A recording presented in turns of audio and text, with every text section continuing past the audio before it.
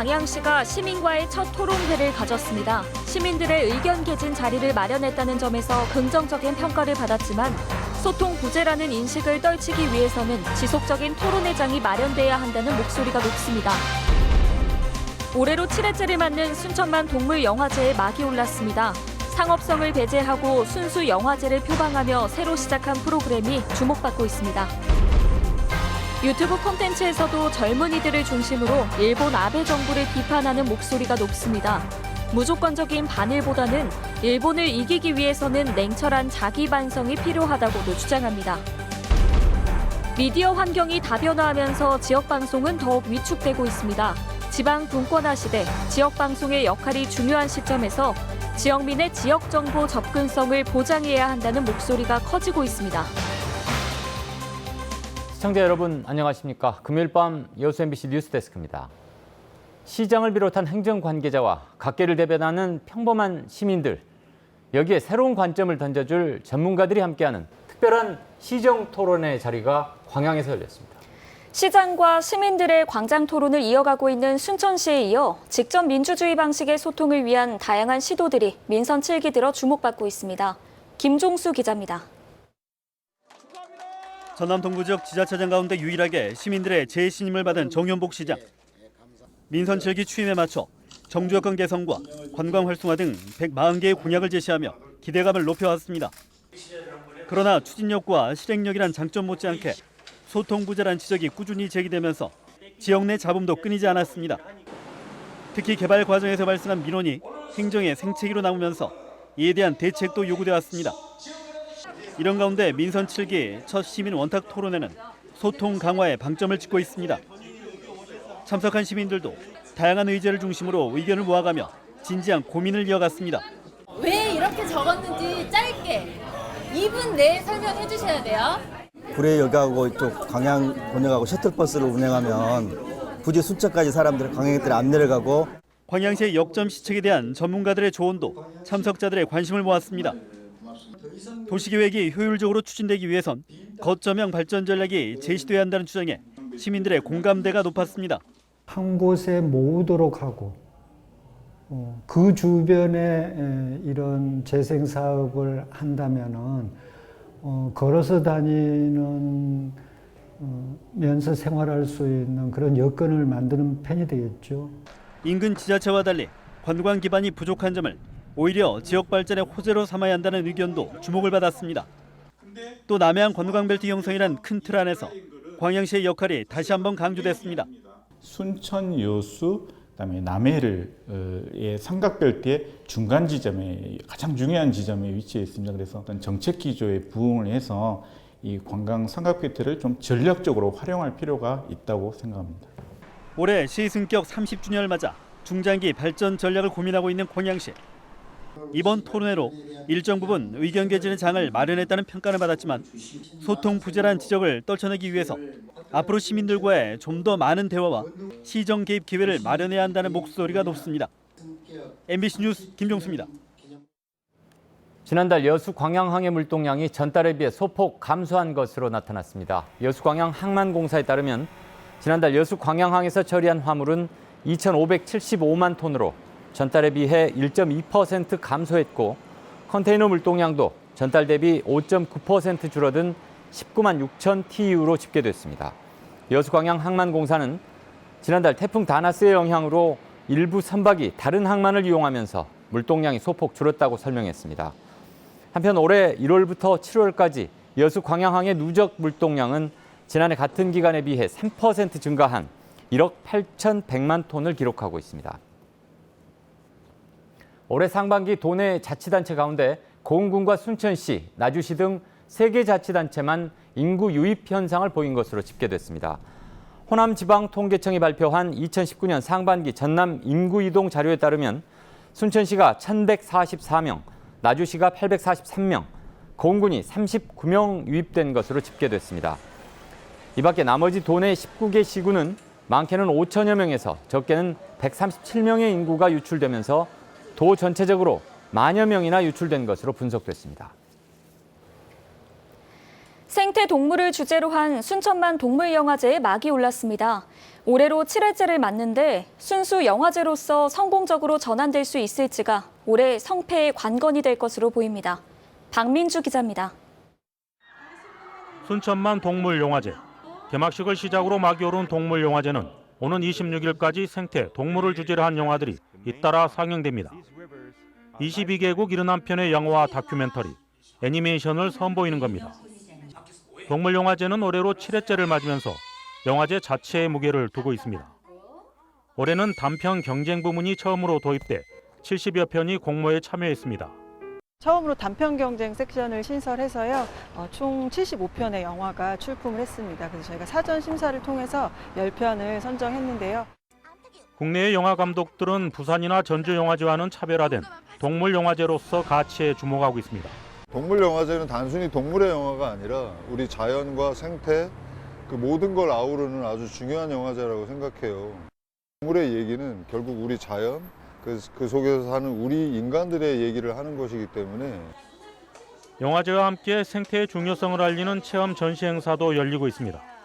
문화의 거리에는 영화제 거리가 조성되고 순천만 국가정원에서도 야외 특별 상연전이 진행됩니다. 반려산업과 영화제, 올해로 7회째를 맞은 순천만 동물영화제가 순수 영화제로서의 가능성을 살펴보는 시험대에 오르고 있습니다. MBC 뉴스 박민주입니다. 여수시의회가 낙포부두 리뉴얼 사업이 기재부의 예비 타당성 조사를 통과한 데 대해 전폭적인 환영 의사를 밝혔습니다. 시의회는 오늘 보도자료를 통해 올 초부터 현장을 직접 찾아 부두의 안전관리 실태 등을 점검하고 기재부를 방문하는 등 심각성을 알려왔다며 지방의회 등 각계의 노력이 결실로 이어진 데 대해 큰 의미를 부여했습니다. 시설 노후화가 극심한 낙포부두는 이번 예타조사 결과에 따라 내년까지 기초자료 조사 용역을 마치고 2024년까지 1,600억 원을 들여 3선석을 건설할 수 있는 근거를 확보하게 됐습니다. 자녀 돌봄과 문화예술 활동 등 다목적 기능을 맡게 될 공공시설 신축 사업이 속도를 낼 것으로 보입니다. 국회 대한정치연대 정인화 의원에 따르면 여성가족부와 문화체육관광부가 추진하고 있는 광양 가족문화복합센터 사업비가 정부 예산안에 반영돼 정주 여건 개선과 주민 공동체 형성에 도움이 될 것으로 기대됩니다. 광양 중동에 들어설 가족문화복합센터에는 국비 19억 원 등 모두 68억 원이 투입돼 공동 육아실과 문화공연장을 포함해 다양한 부대 시설이 마련될 예정입니다.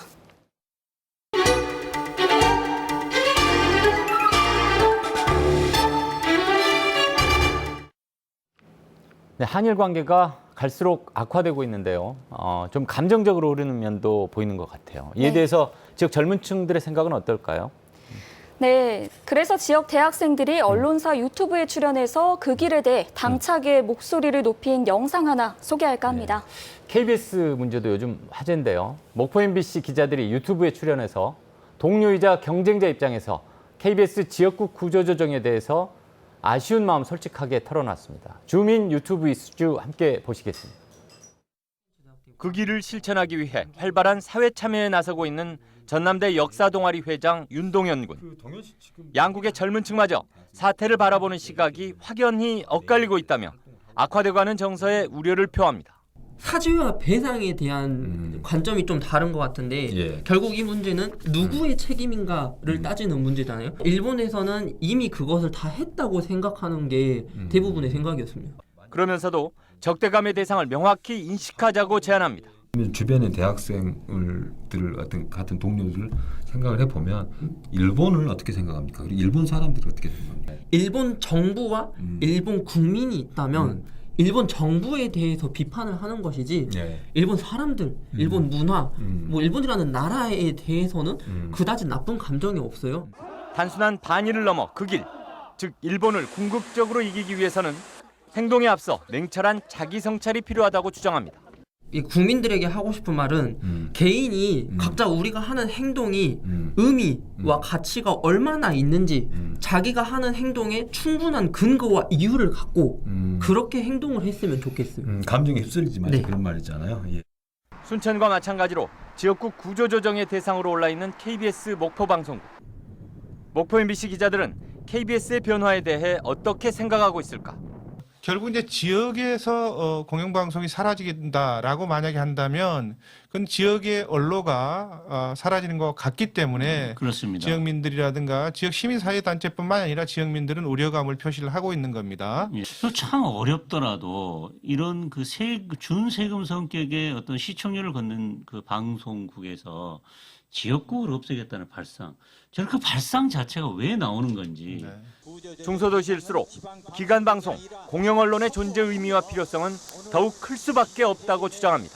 이제 저희가 MBC에서라서 하는 이야기가 아니라 또 KBS를 뭐 두둔해서 뭐 이런 이야기를 하고자 하는 게 아니라요. 목포라든가 원주 이런 데일수록 인구 규모가 작기 때문에 그만큼 어떻게 보면 권력에 대한 감시도 소홀해질 수가 있는 거거든요. 목포 MBC 낭만 항구 기자들은 지금은 지역국 축소를 논의할 때가 아니라 오히려 지역 언론의 비중을 법적 규제로 할당해야 할 때라고 목소리를 높였습니다. MBC 뉴스 박광수입니다. 네, 미디어 환경의 다변화로 지상파, 특히 지역 방송이 본래의 역할을 수행하기 힘든 상황에 놓이고 있습니다. 하지만 시대적 과제인 지방 분권을 위해서는 지역 방송이 오히려 중요해지는 시기인데요. 지역 정보 접근권을 헌법에 보장해야 한다는 목소리가 나오고 있습니다. 김은혜 기자가 취재했습니다. 폭염이나 한파에 힘겨워하는 사람들, 각종 사건, 사고나 지역 축제, 지역마다 굵직한 이슈가 있어도 중앙 언론을 통해 다뤄지는 지역은 이렇게 비춰지고 있습니다. 인터넷 동영상 서비스 OTT와 모바일을 통한 정보 소비가 늘면서 지역 방송은 더욱 위축되고 있습니다. 하지만 지방 분권이 시대적 과제로 논의되는 지금 지역 방송은 어느 때보다 중요합니다. 중앙 언론들의 감시 역할은 그렇게 만족스럽지 못하거든요. 그래서 지역 분권화가 제대로 되게 하는데 지역 방송이 첫 번째 현 시점 역할 수행이 있는 것 같고요. 권한이 강화된 지방 정부를 견제하고 지역이 가진 다양성을 지키고 유통시킬 수 있는 고유의 역할이 있기 때문입니다. 미디어 환경이 지역에서 생산한 정보를 충분히 지역민들이 수요를 받을 수 있도록 제도적으로 처방해 주지 않으면 맛있고 달콤한 정보를 추구할 터이고 정작 지역민으로서 살아가는 데 필요한 반드시 섭취해야 될 정보를 회피할 가능성이 있습니다. 이런 것들을 막는 제도적 지원이 필요하다고 생각을 합니다. 지역 방송을 포함한 공영 방송의 기본적인 공급 의무를 지키고 지역 정보 접근법을 강화하는 방향으로 헌법과 규정부터 정비해야 한다는 목소리도 있습니다. 지역의 지상파 방송들, 공영 방송들이 가지는 기본적인 공급 의무가 있고요. 방송 환경이 굉장히 많이 변했다고 해서 이런 하나하나의 소중한 매체들을 우리가 방기하는 것은 정책적으로 별로 바람직스럽지 못하다라고 저는 생각합니다. 한국방송학회 지역방송특별위원회 주관으로 마련된 지방분권화 시대 지역방송 위상정립과 활성화를 위한 연속 토론은 앞으로 통합방송법 개정 방안과 지역선거방송 심의와 제도 개선 방안도 모색할 예정입니다. MBC 뉴스 김은혜입니다. 청와대 신임 비서관 인사에서 김광진 전 의원이 정무비서관에 임명됐습니다. 19대 국회 비례대표로 활동했던 김 비서관은 이번 신임 비서관 가운데 유일한 30대며 앞으로 청와대와 국회 사이 소통 창구 역할을 맡게 됩니다. 김 비서관은 내년 총선을 앞두고 출마를 고민해왔지만 문재인 정부의 성공을 위해 정무비서관직에 전력하겠다고 밝혔습니다. 현 농협조합장의 당선을 위해 다른 조합원에게 금품을 건넨 혐의로 50대 조합원이 검찰에 넘겨졌습니다. 고흥경찰서는 최근 조합장 선거 기간이던 지난 4월 현 두원농협조합장의 당선을 돕기 위해 다른 조합원에게 60만 원의 금품을 전달해 위탁선거법을 위반한 혐의로 58살 신모 씨를 검찰에 기소 의견으로 송치했습니다. 금품을 건넨 신 씨와 함께 고발된 두원농협 조합장은 증거 불충분으로 불기소 송치됐습니다. 여수 흥국상가 청춘골목 야시장이 주말인 내일 재개장합니다.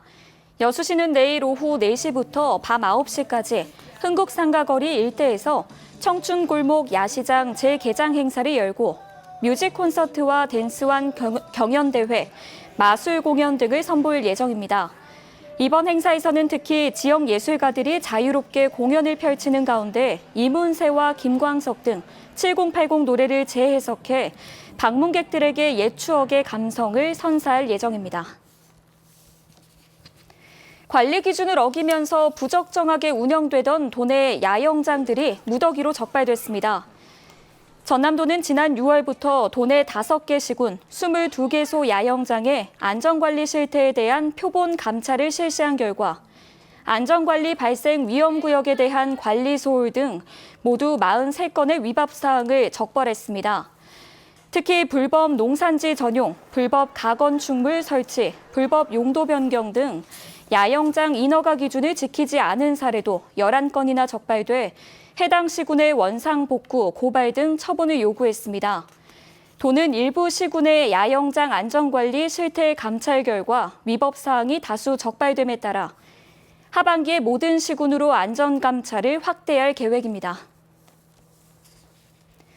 지난 2, 4분기 호남 지역 경제 상황이 나빠졌습니다. 호남지방통계청에 따르면 호남 지역 광공업 생산액이 화학물질과 화학제품 부진으로 1년 전보다 1.8% 하락했으며 수출은 133억 달러로 11.6%, 수입은 113억 달러로 7.5% 각각 줄었습니다.